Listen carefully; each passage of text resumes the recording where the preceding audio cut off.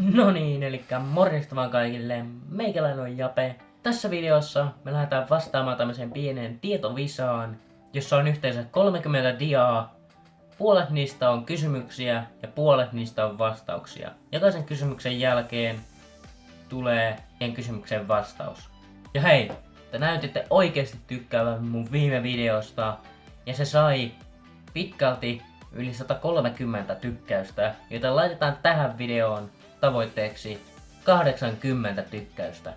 Joten muistakaa tykätä tästä videosta. Mutta hei, nyt me mennään testaamaan kuinka monta asiaa näistä 15 mä tiedän ja sä tiedät. Niin kuin varmaan olette jo huomannut, tää mun facecam on nyt tällä kertaa täällä oikealla puolella, koska mä huomasin sitä mun viime videosta, että osa niistä laeista meni tän facecamin alle, niin te ette nähnyt niitä kunnolla. Mutta hei, aloitetaan nyt tää kysely vihdoin ja viime. Elikkä meidän ensimmäinen kysymys on: mikä aurinkokuntamme planeetta on lähimpänä aurinkoa? Kysymysmerkki. 1. Merkurius, 2. Venus, 3. Maa, 4. Mars. Kyllä mä muistaisin alakoulusta, että Merkurius oli lähimpänä. Katsotaan. Seuraava dia, mikä on vastaus. Kyllä, Merkurius. Ja täällä tulee siis tämmöstä pikku nippelitietoakin täällä lopussa sitten, että Merkuriuksen etäisyys auringosta on 57,91 miljoonaa kilometriä, ja se on sitten lähimpänä aurinkoa. Miksi kutsutaan prosessia, jossa kasvi muuttaa valon energiaksi? 1. Klorofylli, 2. Itävyys, 3. Transpiraatio, 4. Fotosynteesi. Hetkinen nyt. Mikään näistä sanoista ei ole mulle tuttu alakoulusta. Mun mielestä meille ei ole opetettu mitään näistä. Mulla ei ole mitään hajua, mikä se näistä on. Onko teillä jotain hajua tähän? Ootteko te saanut tähän jo vastauksen? Mä en tiedä, mutta mä otan ihan villin veikkauksen ja veikkaan vaikka 3. Transpiraatio. Katsotaan. Fotosynteesi. Okei, eli se olisi ollut 4. Yhteyttämisen seurauksena syntyvä energia säilytään myöhempää käyttöä varten. Okei. Kuinka monta valtamerta on maailmassa? 1, 2, 2, 3, 3, 4, 4, 5. Eli siis 2, 3, 4, 5. No tässä nytten. Koska on Atlantti, Tyynivaltameri, Intian valtameri. Onko vaan nää 3? Koska jos niitä olisi vain 3, niin silloin se olisi tää 2. Mutta onko niitä muita? Ei mun mielestä oo, joten klikataan. Mä veikkaan siis 2, että niitä on 3 valtamerta maailmassa. Ja vastaus on 5. Valtameret ovat Tyynivaltameri, Atlantin valtameri, Intian valtameri, Eteläinen Jäämerekin lasketaan mukaan. No joo. Seuraava kuva. Mikä on suurin manner pinta-alan perusteella? Afrikka, Aasia, Eurooppa, Australia. Australia nyt ainakin on sen verran pieni, että se ei oo. Eurooppakin menee heti laskusta pois, sekin on sen verran pieni. Mutta sitten Aasia ja Afrikka.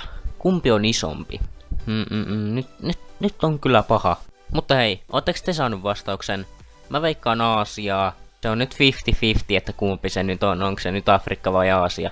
Mennään seuraavaan diaan. Ai, se oli Aasia. Aasian pinta-ala on 44 391 162 neliökilometriä. Ja se on suurin ja asutetuin manner. Kuinka monta hammasta aikuisella on? 20, 24, 28, 32. 20 nyt tuntuu vähän liian pieneltä.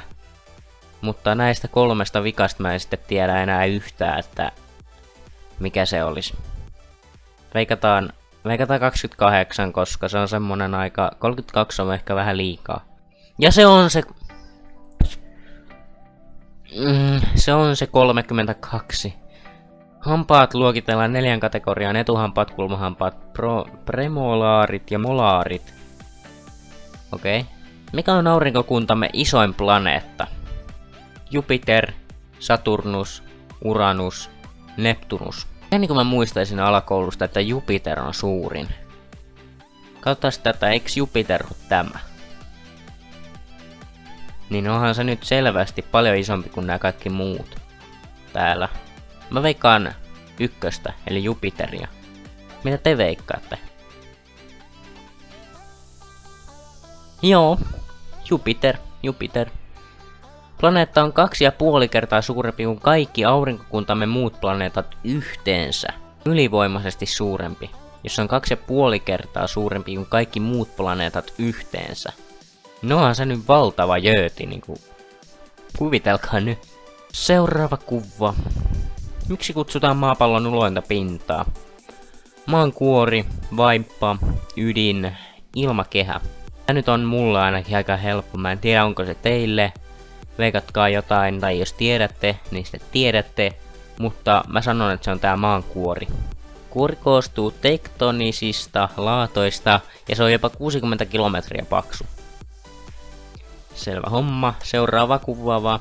Kuinka monta luuta aikuisella ihmisellä on? Vaihtoehdot on 106, 206, 256, 306. Tätäkään mä en oo koskaan kuullut. Mä en tiedä, ootteko te kuullut. Ja että pitäisikö tää nyt tietää, onko mä ihan tyhmä, mutta mä en tiedä. 106 tuntuu aika pieneltä määrältä. Ja tää taas ehkä vähän liian isolta. Se on jompikumpi näistä. Veikataan 256. Se tuntuu semmoiselta aika loogiselta. Meillä meni väärin, mä en tiedä miten sulla meni. Mutta kuitenkin. Ihminen syntyy 300 luun kanssa, mutta osa niistä sulautuu toisiinsa kasvun myötä ja määrä vähenee 206 luuhun. Minkä peitossa on suurin osa maan pinnasta? Hiekan, ruohon, veden, kiven. Ei ainakaan hiekan, eikä ruohon, eikä kiven. Ja mikähän jää jäljelle? Vastaus on 3 veden. Kyllä. Vesi peittää noin 71% maapallon pinnasta, ja valtameret kattavat siitä alueesta noin 96,5%, joka on siis aivan valtava määrä. Miksi kutsutaan suuria jäämassoja, jotka kelluvat valtamerissä? Jääsaariksi, islanneiksi, jäävuoriksi, saaristoiksi. No, ei ne ainakaan jääsaaria oo, eikä islanteja, eikä nyt kyllä saaristoakaan. Että kyllä ne on jäävuoria, siitäkin on tullut dokumentteja todella paljon. Jäävuoret ovat suuria jääpaloja, jotka ovat irronneet esimerkiksi jäätiköstä. Mikä seuraavista ei ole sääilmiö? Lumimyrsky, hurrikaani, lumivyöry, maanjäristys. Nyt on taas vähän tämmönen vaikeampi, koska sääilmiö. Lumimyrsky on sääilmiö, ja mun mielestä hurrikaanikin on. Näistä kahdesta mä en oo taas niinku yhtään varma sitten, koska lumivyöry, onko se sääilmiö tai maanjäristys? Ei maanjäristys oo säätä. Se voisi olla tää maanjäristys, koska ei se oo sääilmiö. Mä veikkaan maanjäristystä, mä luotan siihen. Kyllä! Yes! Maanjäristykset ovat seurausta maan pinnan alla tapahtuvasta seismisestä toiminnasta. Miksi kutsutaan sulaa kiveä, jota purkautuu tulivuoren purkauksissa? Laavaksi, magmaksi, tuhkaksi, tulikiveksi. Ihmisten keskuudessa sitä sanotaan laavaksi, mutta tieteellisesti se on magmaa. Mä en nyt veikkaa kumpaakaan, katsotaan kumpi se nyt tän mielestä on. Laavaa. Okei. Kun sulasta kivestä koostuvaa magmaa pääsee maan pinnalle, sitä kutsutaan laavaksi. Niin maan pinnalla sitä kutsutaan laavaksi, mutta se on... Millä nimellä tunnetaan prosessi, jossa höyry muuttuu nesteeksi? Mä oon huono fysiikassa ja kemiassa. En mä tiedä. Haihtuminen ja tislaus, ne mä oon kuullut, mutta mikä on sublimaatio ja kondensaatio? Se voi ihan hyvin olla jompikumpi näistä, koska mä veikkaan tota sublimaatiota, koska mä oon niin varma, että se on jompikumpi näistä sanoista, mikä ei ainakaan mulle sano mitään. Kondensaatio, se oli just se toinen. Kondensaatio eli tiivistyminen on haihtumisen vastakohta. Mihin eläinkategoriaan krokotiilit ja kilpikonnat kuuluvat? Nisäkkäisiin, sammakkoeläimiin, nivelijalkaisiin vai matelioihin? Ne ei ole nisäkkäitä. Eikä mä nyt usko, että ne on mitään sammakkoeläimiä. Eiku matelia, joo.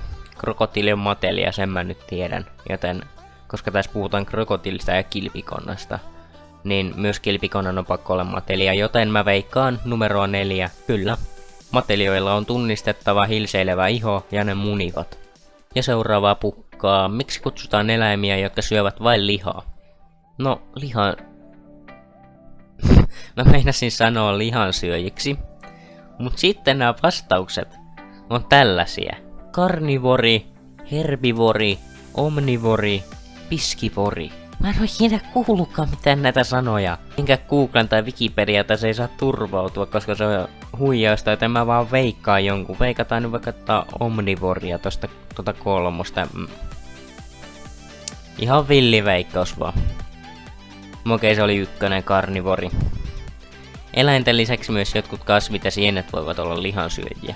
Kasvit, lihansyöjiä ja sienet.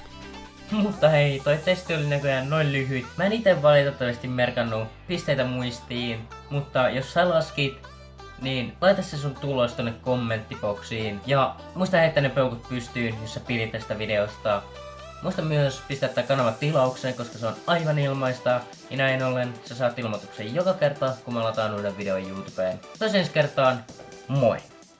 Everybody ask me how I know. I smiled at them and said she told me so.